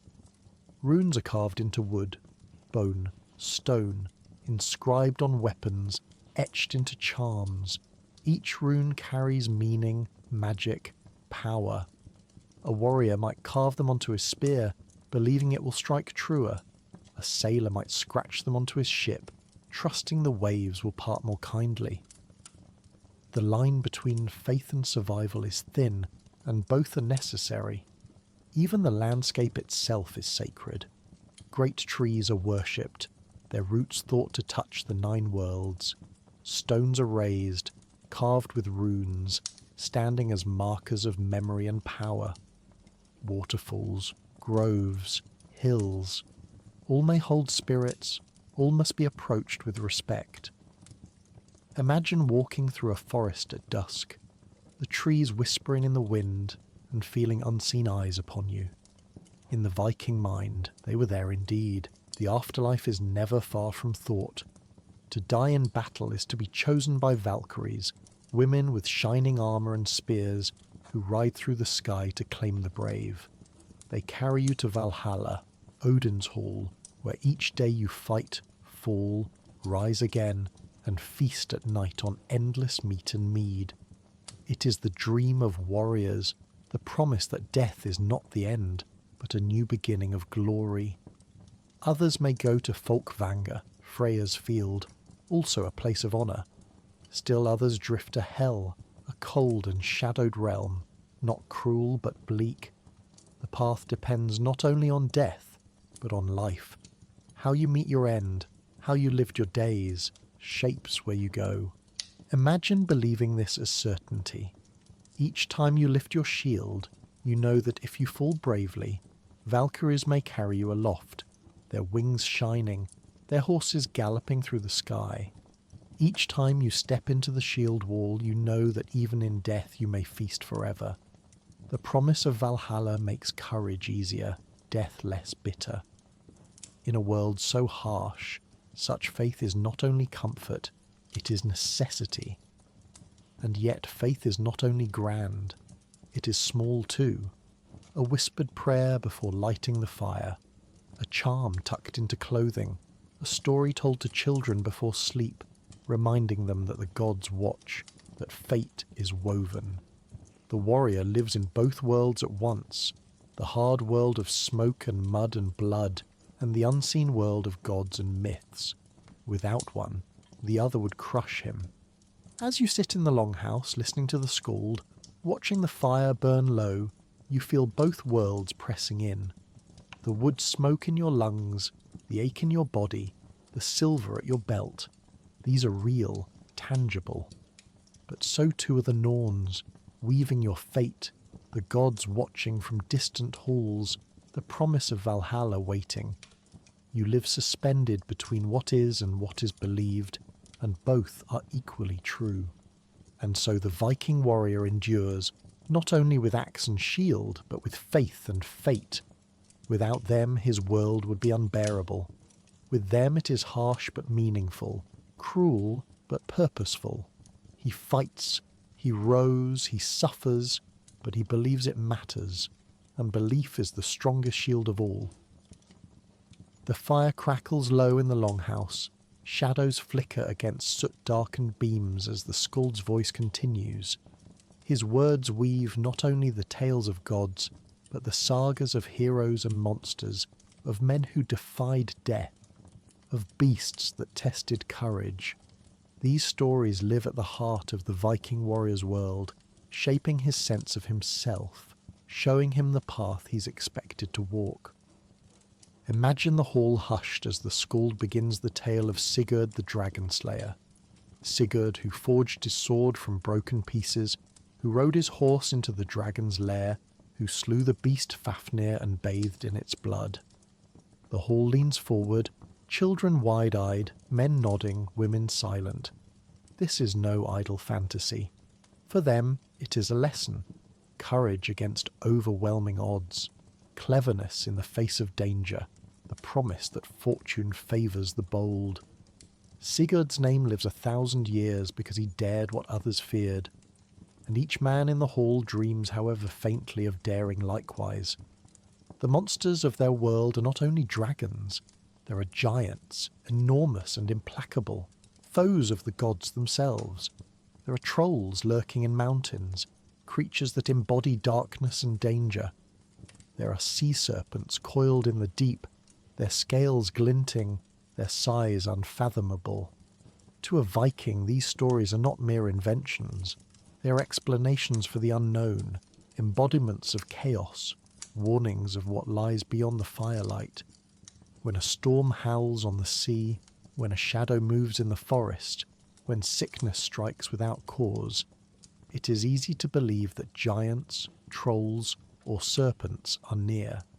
And then there are the berserkers, warriors said to fight with the strength of beasts, their minds overcome by frenzy, their eyes wild, their mouths foaming.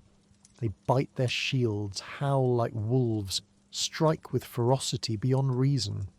Some say they wore animal skins, wolves or bears, becoming one with the spirit of the beast. Others whisper that they were touched by the gods, gifted or cursed with fury. In battle, they were both feared and revered. To stand beside a berserker was to feel awe at his strength, but also fear of his madness. To face him as an enemy was terror itself. Imagine the shield wall shuddering as a berserker roars forward, his axe swinging, his eyes glazed with rage. Spears thrust at him, but he does not falter. Blades cut him, but he does not feel. He fights until his body fails, and even then he seems unstoppable. For the Viking mind, such men were proof that the line between man and beast, between warrior and monster, could be crossed. And though not every warrior could be a berserker, every warrior heard the stories and wondered if, in the heat of battle, he too might taste such fury. The sagas themselves are more than entertainment. They are memory, history, morality, guidance. They tell of Egil Skallagrimsson, a warrior and poet whose strength on the battlefield matched his sharpness of tongue, whose verses cut as deeply as his axe. They tell of Ragnar Lothbrok, who wore a cloak of strange hair to protect himself, who faced snakes in his final hour, whose sons carried his legacy across seas. They tell of Grettir the Strong, outlawed and hunted, yet remembered for his unbreakable will.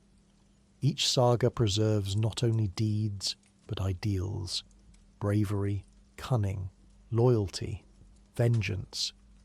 In these stories you find the rhythm of expectation. A Viking warrior must be brave, but also clever. He must be loyal, but also willing to seize opportunity. He must endure, but also act decisively. To fail in these virtues is to be remembered poorly, if at all. And so, each tale serves as instruction, as warning, as aspiration. To listen is to learn how to live and how to die. Runestones across Scandinavia echo these values. Carved in angular letters, they commemorate the dead. Here lies a brave man, may Thor bless his soul. This stone is raised in memory of the warrior who fell abroad. The words are brief, but they carry weight. They remind the living that courage is the measure of worth, that memory is the closest to immortality that men can reach. Imagine running your fingers over such stones, feeling the grooves cut by hands 1,000 years ago, reading names spoken long after the men themselves turned to dust. In that act, you feel the essence of their belief, that to be remembered is to live on. Even games reflect the warrior spirit. Tafel, a board game of strategy, pits attacker against defender, a reflection of raid and resistance. To play is to sharpen the mind, to learn the rhythms of offence and defence, to prepare for battle in miniature. A man who plays well shows cunning. A man who plays poorly reveals weakness. Even in play, honour and skill are tested. The line between myth and life is thin. When thunder shakes the sky, you hear Thor's hammer striking. When the sea churns, you imagine Jomungandr stirring in the depths. When sickness strikes, you suspect Loki's mischief. The gods and monsters are everywhere, woven into every breath. And so, when you lift your axe, you do not do so alone. Thor stands beside you. Odin watches. The Norns weave. The sagas whisper. You are part of a tapestry larger than yourself. But there is a burden in this too. For if you fail, it is not only your own shame. It is shame against the stories, against the gods, against the ancestors who fought and endured. A coward mars not only himself but his line. Children will hear of it. Neighbours will repeat it. Skalds may mock it. The stories cut both ways. They lift the brave, but they condemn the weak. To live in this world is to live always under judgment, always measured by ideals carved into stone and sung in verse. Imagine the pressure of this. After a raid, when you sit by the fire, your hands shaking, your stomach twisting with memory, you must still boast. You must speak boldly of your deeds, laugh with the others, lift your cup high. To admit fear, to confess weakness, is unthinkable, and so you bury it, hide it, pretend. You become part of the story, even if the story is not the truth. And slowly, perhaps, you begin to believe it yourself, because to doubt is to break. The sagas endure because they gave men reason. They told them why to fight, why to suffer, why to row until their hands bled, why to face giants real and imagined. Without them, the grind of daily life would be too heavy. Without them, fear would overwhelm. With them, the warrior believes that his pain has purpose, that his death has meaning, that his name may live on, and belief, in a world so harsh, is as necessary as bread, as ale, as fire. So the skald speaks, his voice steady, the hall silent. The children drift to sleep, their dreams filled with dragons and heroes. The men nod, their minds turning to their own deeds, their own names. The women listen, knowing the burden these stories place on their sons, their husbands, their kin. The fire burns lower, the smoke thickens, the night deepens, and still the stories linger, carried into sleep, carried into dreams, carried into the very marrow of life. Morning comes, grey and cold, and the village stirs once more. But today is different. Today, a man has died. Death is no stranger here. It walks with the people always. Yet each passing brings ritual, memory, meaning. In the Viking world, death is not only the end of a life, but the opening of a door, the turning of a page in a saga. And the way that page is written tells us as much about the living as it does about the dead. Imagine the body laid out, washed, dressed in fine clothes if the family can afford them, a tunic of bright wool, perhaps a cloak clasped with a brooch, boots tied carefully. A sword is placed at his side if he was a warrior, an axe if he was poorer, tools if he was a farmer, keys if she was a woman of the household. These objects are not mere belongings. They are symbols, offerings, companions for the journey ahead. Sometimes the burial is simple, a grave dug into the earth, the body lowered, stones placed above, a runestone carved nearby. Other times it is grand, a ship burial. Imagine a longboat pulled onto land, its hull resting on the soil, the dead laid within. Around him treasures are placed, weapons, armour, tools, animals, even slaves sacrificed to accompany him. A mound of earth is heaped over the ship, covering it, making a hill that will stand for centuries. Such graves have been found still. The Oseberg ship in Norway, rich with carvings and goods. The Gokstad ship, wide and strong, carrying its owner into eternity. To walk among these mounds is to feel the weight of memory. Imagine standing before a grassy hill, knowing beneath it lies a ship, a man, a woman, a wealth of goods meant to last forever. The mound is silent, but the presence is heavy. These were not graves alone. They were monuments, symbols of power, reminders to the living that honour endures. Runestones tell the same story in words carved on stone. All across Scandinavia they still stand, tall slabs etched with runes, their lines twisting, their words recording names, deeds, prayers. Some are simple. Here lies Thorstein. Others are grand. This stone is raised in memory of Bjorn, who travelled east, who fought bravely, who gave his life. Imagine tracing those grooves with your fingers, feeling the rough stone, reading words spoken 1,000 years ago. Each stone is a voice from the past, carried into the present. The rituals surrounding death reflect the Viking belief in fate and the afterlife. To die in battle is to be chosen by the Valkyries, carried to Valhalla or to Freya's Folkvanga. To die at sea may mean joining Aegir in the depths. To die of sickness or old age is to drift to Hell's shadowed realm. And so, how one died mattered deeply, shaping not only the burial but the memory. A warrior fallen in battle is honoured, his grave marked richly, his name sung. A man who dies quietly at home may be mourned but not celebrated. Courage in death is as vital as courage in life. Archaeology shows us how these beliefs were lived. Graves of warriors contain weapons, spears, shields, axes, sometimes swords. Graves of women contain keys, brooches, weaving tools, signs of household power. Some graves hold animals, horses to ride in the afterlife, dogs to guard, cattle for wealth. Others hold gaming pieces, as if the dead might play in eternity. Each grave is a window into the world view.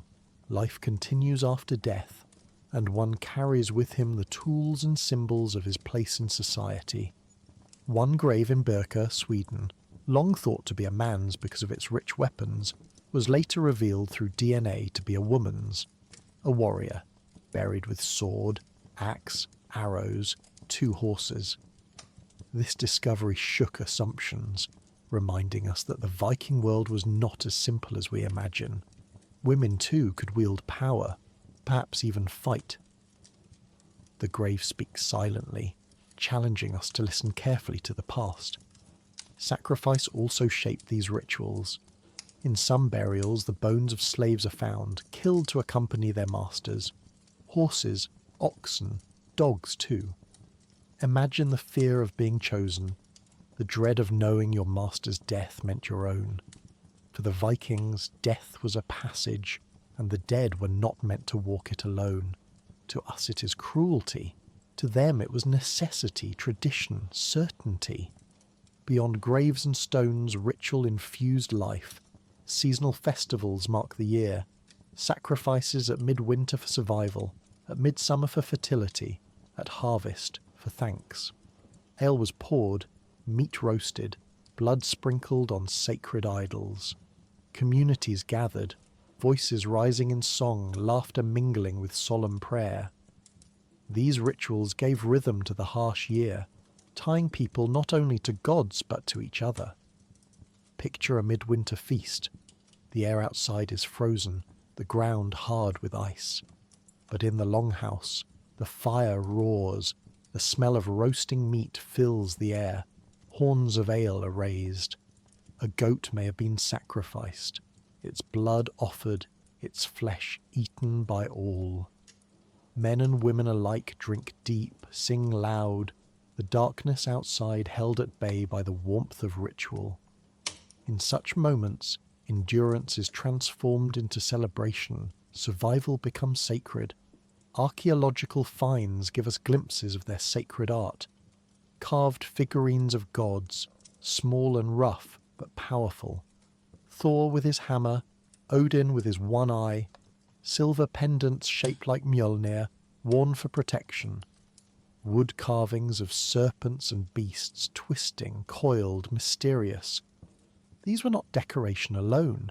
They were reminders, talismans, shields against a world always threatening. Even the architecture of halls and temples reflected belief.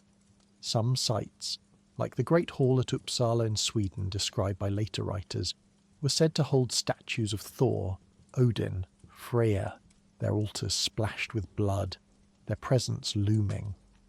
Archaeologists still debate the scale of such places, but the stories tell us clearly. Religion was not hidden. It was public, communal, binding. Imagine walking through such a temple, the smell of blood and smoke heavy, the floor sticky with sacrifices, the idols looming in the firelight. Men raise their hands, chanting, voices echoing. The air is thick, alive. You feel the presence of gods, whether real or imagined, pressing against you. You believe, because not to believe would leave you alone in a world too harsh to endure. All of this, the burials, the stones, the feasts, the sacrifices, show us how the Vikings made the unseen visible. They did not leave their faith in words alone. They carved it in stone, buried it in mounds, etched it into runes, wore it around their necks, sang it in their halls. Their world of myth was not abstract. It was tangible, solid, written into the land itself. And when you walk among their graves today, when you touch a runestone, when you gaze at the Oseberg ship in a museum, you feel it still. The presence of people who lived in smoke and hunger, who fought with axe and shield, who believed in gods doomed to die, and who carved their memory into earth and wood and stone so we would not forget. The Viking warrior lived between two worlds, the harsh, cold, relentless reality of survival, and the rich, myth-filled, ritual-soaked world of belief. Without one, the other collapses. Together, they made life bearable, meaningful, enduring. The fire dies low, the smoke curling upward, and silence hangs heavy in the longhouse. In that silence, minds drift not only to the gods and sagas, not only to the rituals and burials, but to something deeper, darker, the certainty of fate. For in the Viking world, the threads of destiny are already woven, and at the end of those threads waits Ragnarok. Imagine growing up with this as truth. From childhood, you are told that all things, even the gods, will one day perish. Odin, Thor, Freya, all will fall.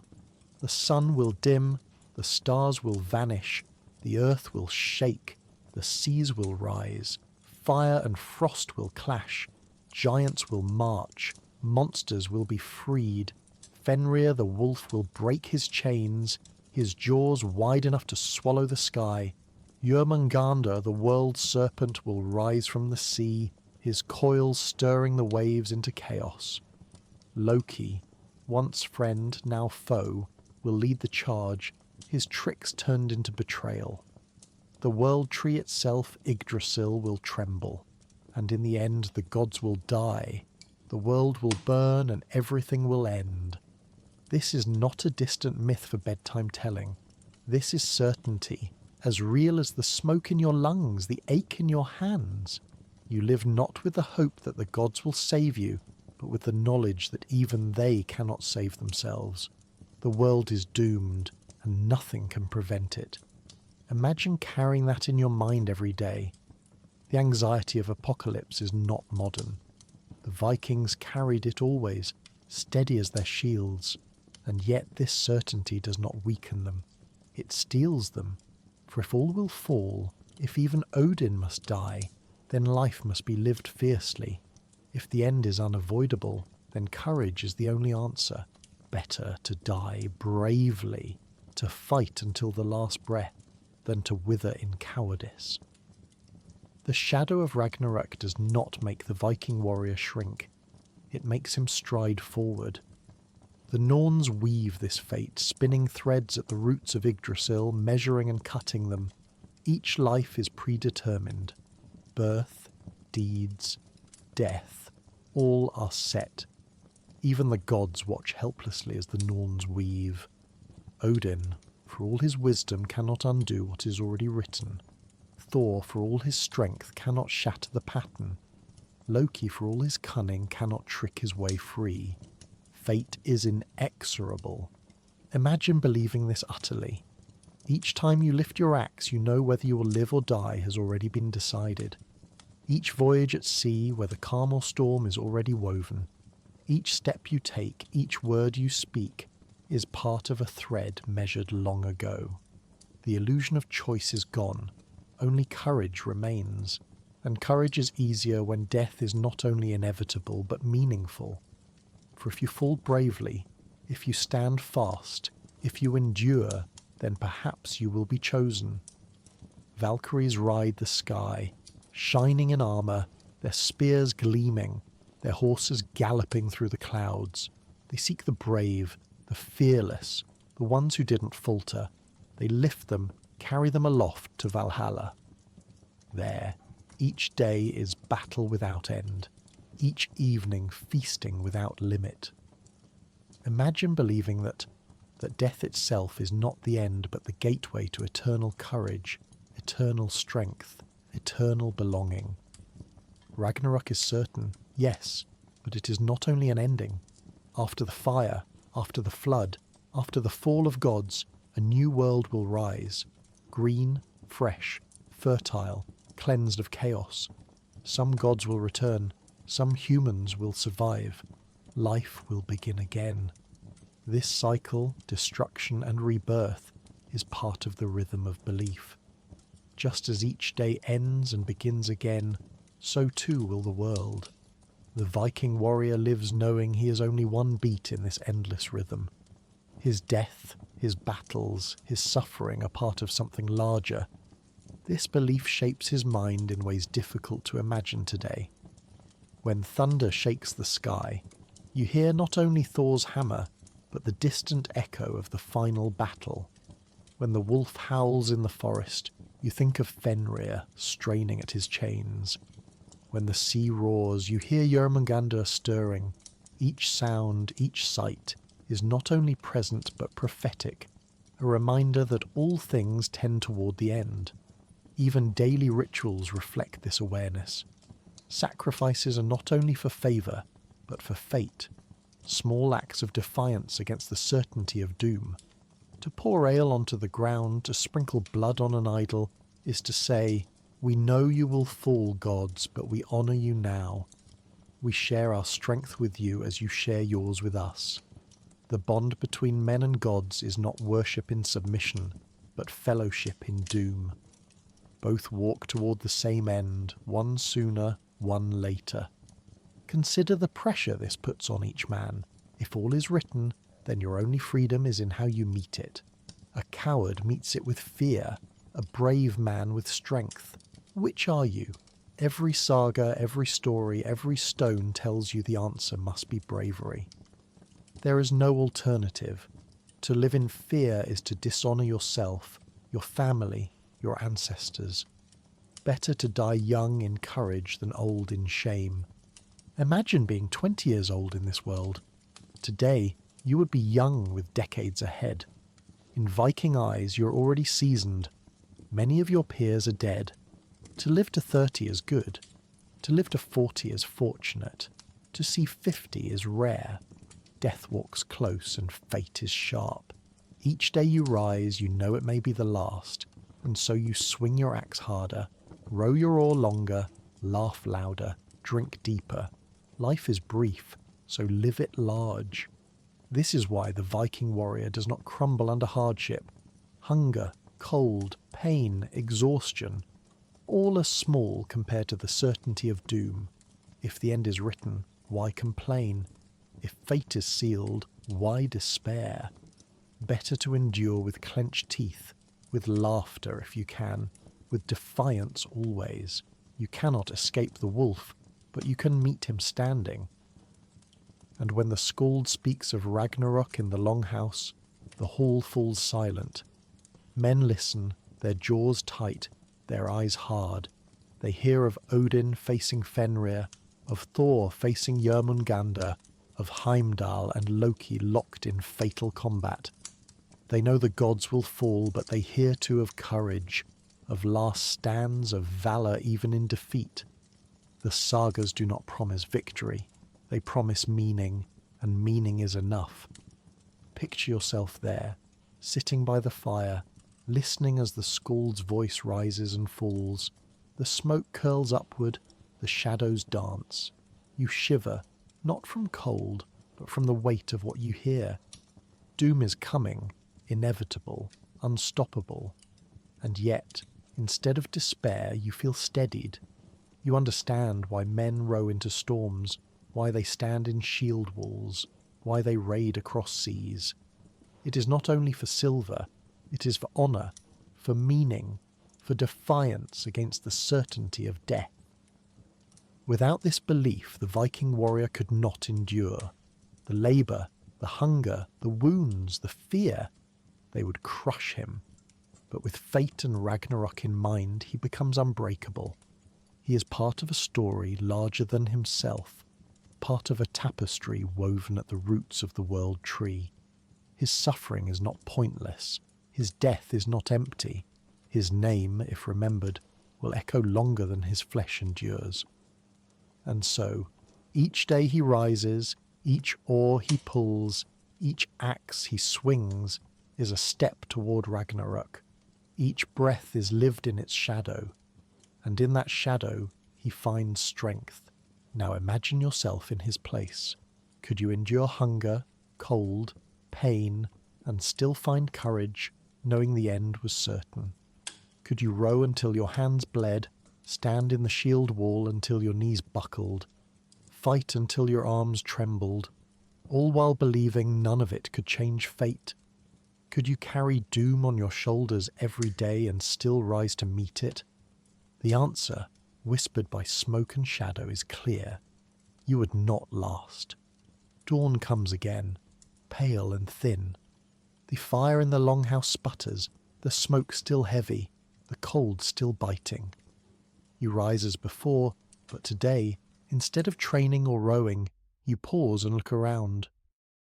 Not all lives in this world are equal, for though we speak of the Vikings as if they are one people, one class, one way of life, the truth is a spectrum, a society of sharp contrasts, where wealth and power divided men as surely as sea and land. Imagine first the chieftain. His longhouse is larger, broader, its roof higher, its benches wider. The fire burns hotter, fed by more wood, more fuel. His cloak is lined with fur, perhaps of fox or bear. His brooches gleam with silver, his armourings thick and heavy, his sword well crafted, imported from the lands of the Franks. When he enters the hall, voices lower. When he speaks, men listen. He commands ships, organises raids, settles disputes. His share of the spoils is always greater, his power unquestioned. To dine in his hall is to taste richer food, more meat, more ale, more variety. Yet with that wealth comes expectation. He must be generous, giving gifts to his followers, rewarding loyalty with silver and land. A stingy chieftain does not keep power long. Now imagine the farmer who makes up the bulk of society. His longhouse is smaller, its walls thinner, its fire weaker. His cloak is plain wool, patched and worn, his brooches simple bronze or iron. His sword, if he has one, is old, perhaps inherited, more rust than shine. His axe serves for both wood and war.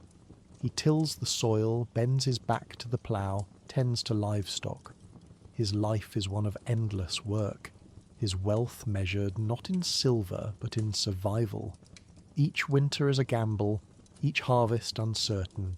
He fights when called, he rows when ordered, he takes his share of spoils when lucky. But when he returns, it is not to wealth, but to the same daily grind of bread, fish, and smoke. And lower still, imagine the thrall, the enslaved. Perhaps he was taken in a raid, dragged from a burning village, shackled and sold. Perhaps he was born into slavery, his fate sealed before he could walk. His life is not his own. He labours at the will of his master, chopping wood, tending animals, carrying water, repairing tools. His clothes are rough, his food meagre, his bed nothing but straw. He eats last, drinks least, sleeps apart. If he disobeys, he is beaten. If he runs, he is hunted. His children too are slaves, born without freedom. He has no silver, no weapons, no honour. His name may not even be remembered.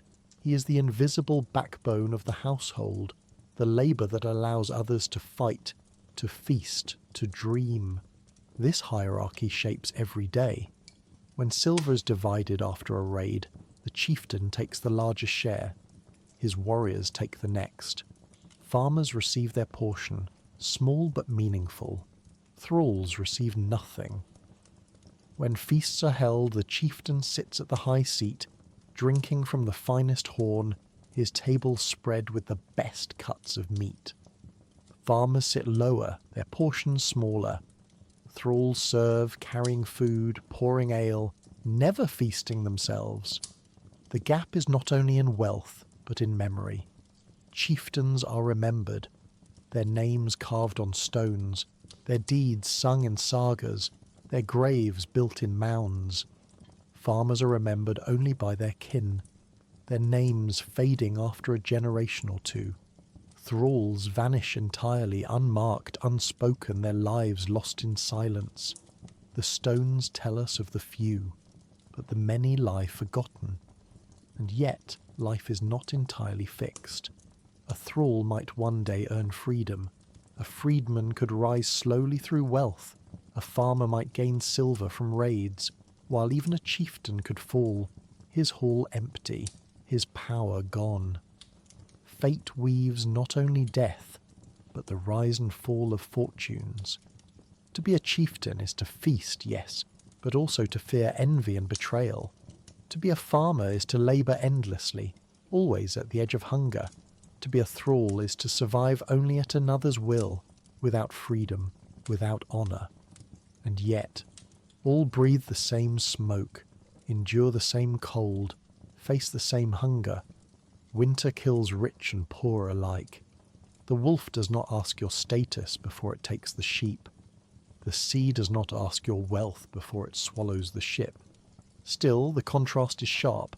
One man wears gold, another rags. One feasts, another starves. One is remembered in saga, another forgotten. The Viking world was never equal. It was layered, divided, unyielding. Imagine yourself within it. As a chieftain, the burden of leadership would weigh heavy. As a farmer, the grind of survival would break you. As a thrall, the loss of freedom would crush you.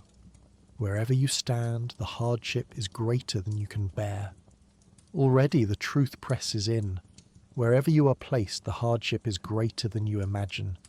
Even the richest breathe smoke, endure cold, face death young.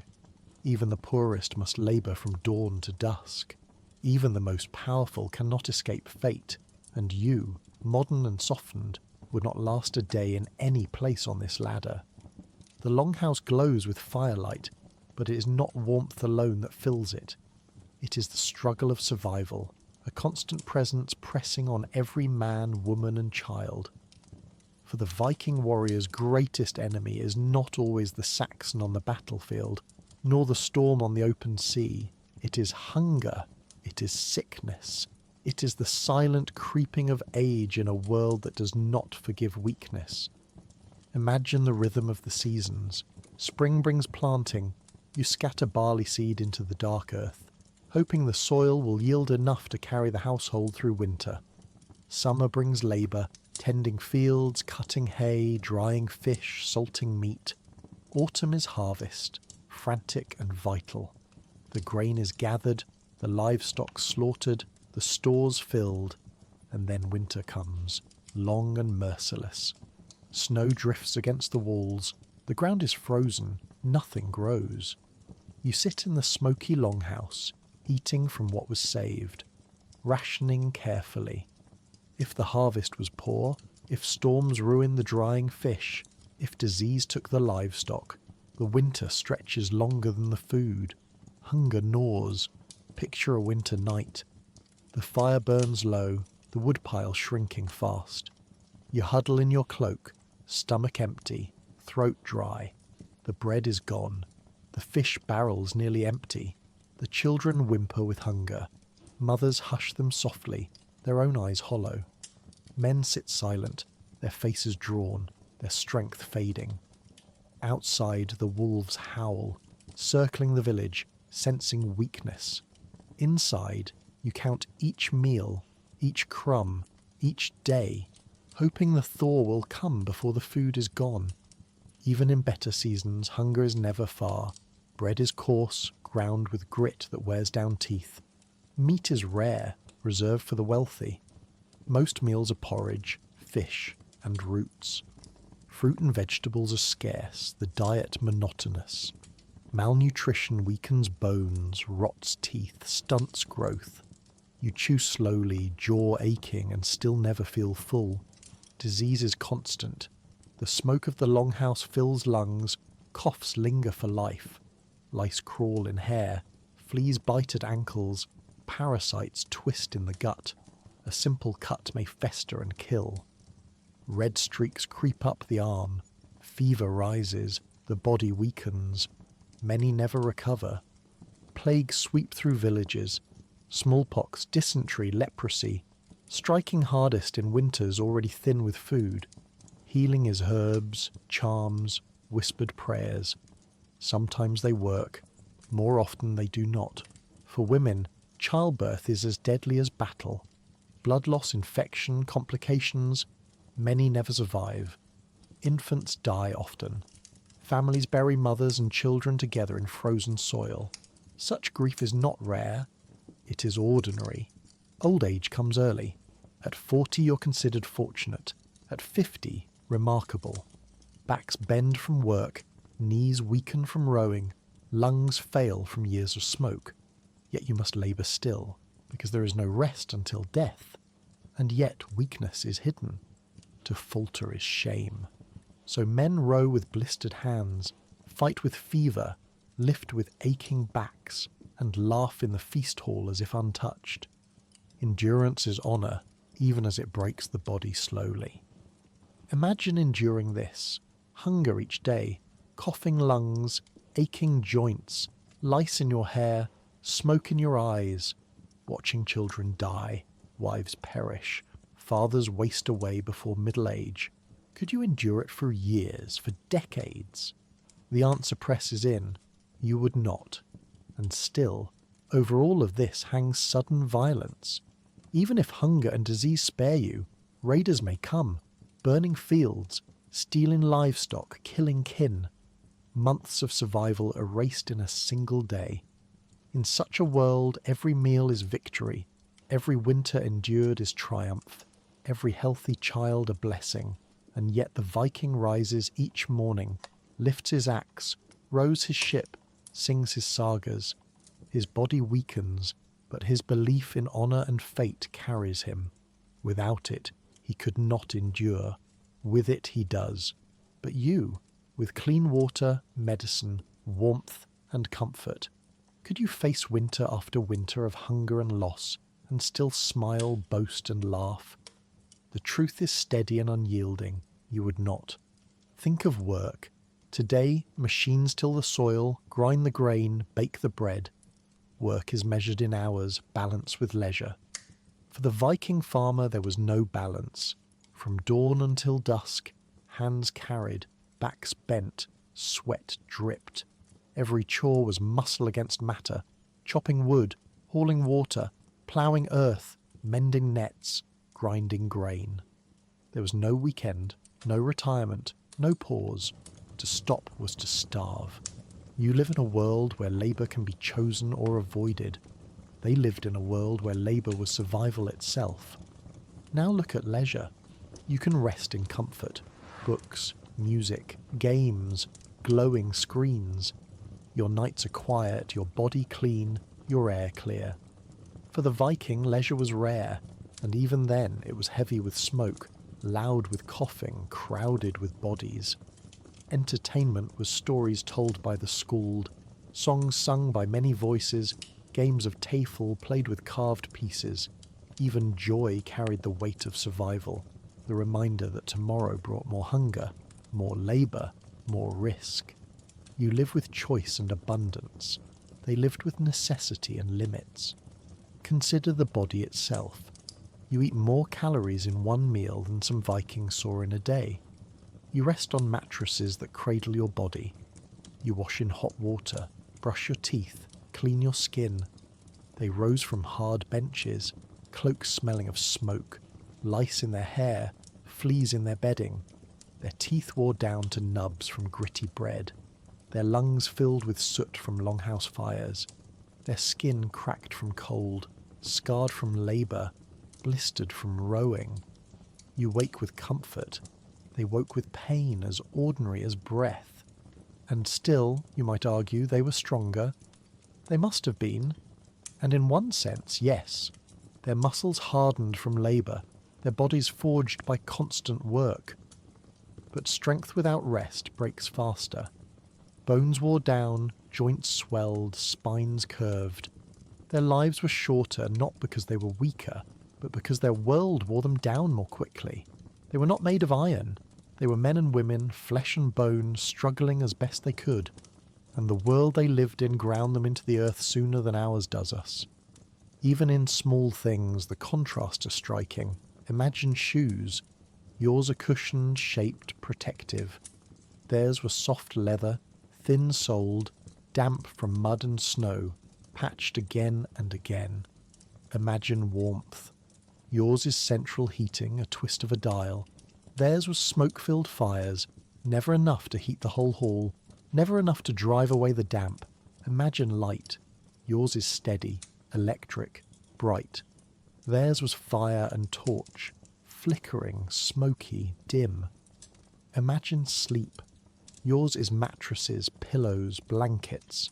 Theirs was benches, straw, cloaks, with dogs curled at their feet and lice crawling on their skin. Now consider fear. You live with laws, with police, with armies that protect. For them, safety was never guaranteed. At any moment, foreign ships might appear, bringing raiders who would burn, steal, kill. Neighbours might turn hostile. A feud could erupt over a slight spilling blood that lasted for generations. Every man carried a weapon, not as ornament, but as necessity. To be unarmed was to be vulnerable. Imagine walking each day knowing danger could appear at any time, and no one would come to save you but yourself and your kin. The greatest contrast may be in time itself. You live with the expectation of decades, schooling in youth, careers in adulthood, old age in comfort. For them, life was shorter, narrower, more urgent. Childhood ended by 10, with work as constant as adults. Youth ended in your 20s, already marked by hunger, wounds, scars. Middle age at 30, old at 40. To live past 50 was rare enough to be remarkable. They lived not with decades stretched wide, but with years compressed, urgent, fragile. And through all of it, the Viking warrior endured. He endured because he must. He rowed the oar until his hands bled, because the sea demanded it. He held the shield until his knees buckled, because his kin demanded it. He swung the axe until his arms trembled, because his honour demanded it. He endured hunger, cold, pain, fear, not because he was unfeeling, but because the alternative was death, and shame with it. Now place yourself honestly in his world.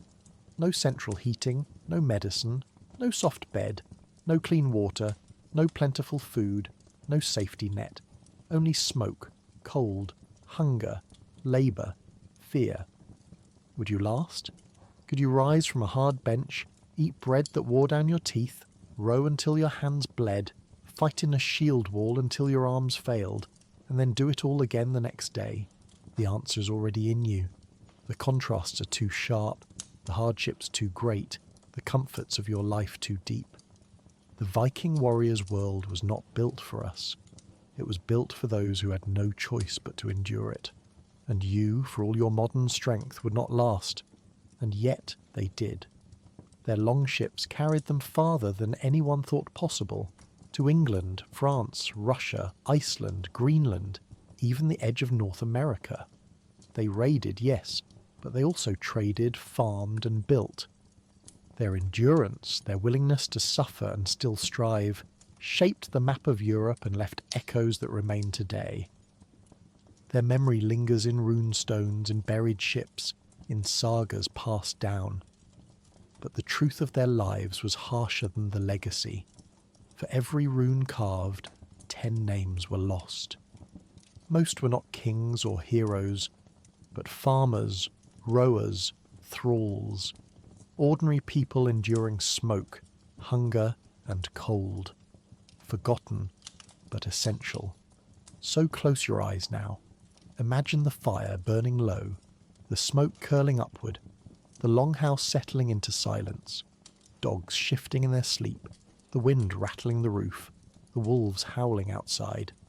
You lie on the bench, stomach only half full, lungs heavy with smoke, body aching with labour.